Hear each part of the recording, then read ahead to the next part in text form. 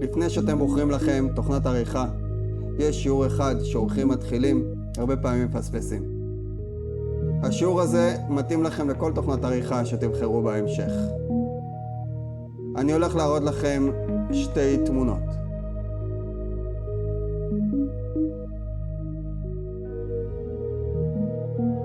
נסו להבין מה הסיפור שראיתם בשתי התמונות. עכשיו בואו נראה שתיים אחרות.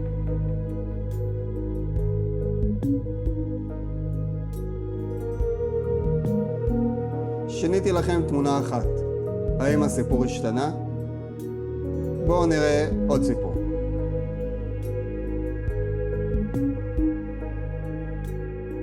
ראינו 3 סיפורים שונים מ3 תמונות שאין ביניהם באמת קשר.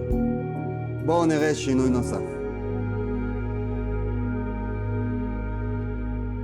לקחנו את הסיפור האחרון ושינינו את הקצב, מה שהוסיף לנו רגש. עריכה טובה מעבירה לכם את הסיפור ואת הרגש.